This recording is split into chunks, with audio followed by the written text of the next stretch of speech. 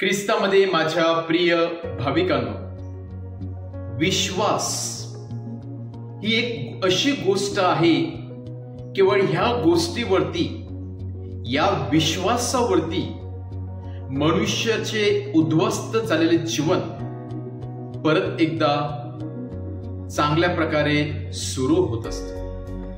विश्वास ही एक अशी बाब आहे की या विश्वासाच्या साहाय्याने मनुष्य मरणातून देखील पुन्हा उठून आपल्या जीवनाला अगदी जोमाने सुरू करू शकतो। विश्वासाने माणसाला जगण्याची संधी मिळते। विश्वासाने कधी कधी परमेश्वराला देखील मनुष्याची ओंजळ भरावी लागते।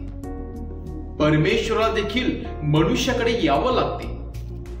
आणि आपण पाहिलेलं आहे अब्रामाचा विश्वास काय होता, ज्याने एका विश्वासाने परमेश्वराचं मन जिंकलं। त्या मोशेचा काय विश्वास होता, त्याचप्रमाणे प्रवक्ता इर्मया व अनेक संदेष्टे यांचा विश्वास काय होता, योबाचा विश्वास काय होता, आणि शेवटी पवित्र मरीचा विश्वास किती होता। या सर्वांनी विश्वासाच्या जोरावरती आणि विश्वासाच्या साहाय्याने परमेश्वराला आपलेसे करून घेतले। आणि परमेश्वराने त्याच्या विश्वासाकडे पाहून, विश्वासी जीवनाकडे पाहून परमेश्वर त्यांची ओंजळ अगदी भरून टाकली।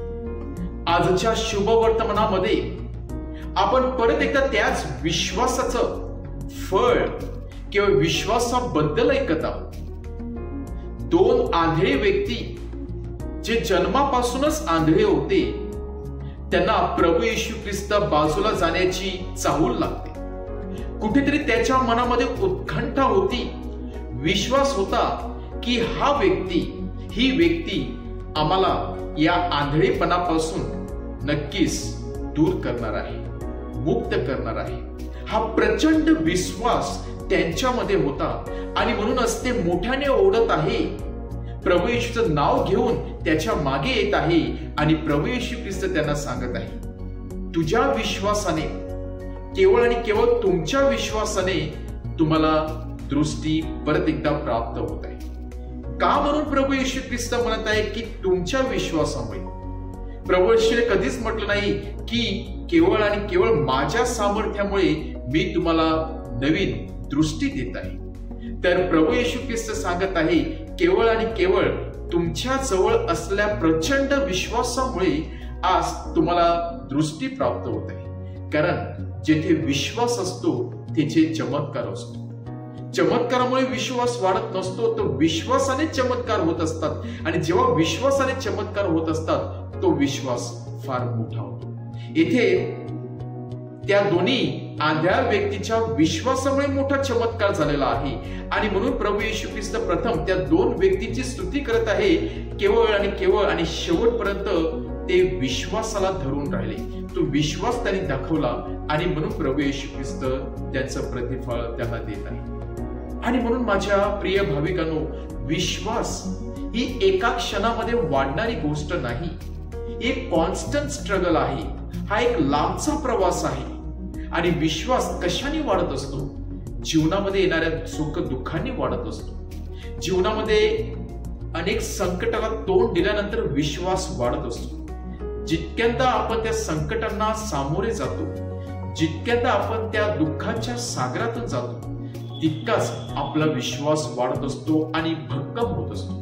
पवित्र मरीचा विश्वास वाढला, तो भक्कम झाला केवळ आणि केवळ तिने सहन केलेल्या त्या कष्टामुळेच।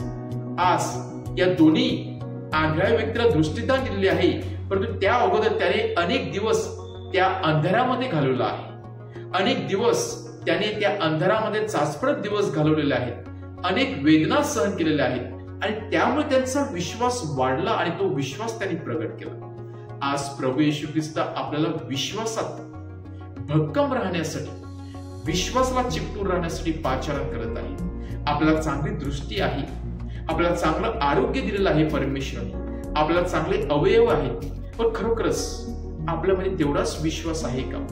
आपण विश्वासाने परमेश्वराजवळ जातो का?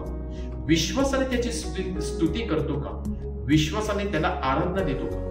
प्रत्येक जीवनाच्या प्रत्येक टप्प्यावरती आपण विश्वासाला महत्वाचं स्थान दिलं पाहिजे. प्रभू येशू ख्रिस्त जिवंत आहे यावरती पण विश्वास ठेवला पाहिजे आणि नक्कीच परमेश्वर आपल्या विश्वासाकडे पाहून आपल्याला त्याचं प्रतिफळ नक्कीच देणार आहे. आमेन.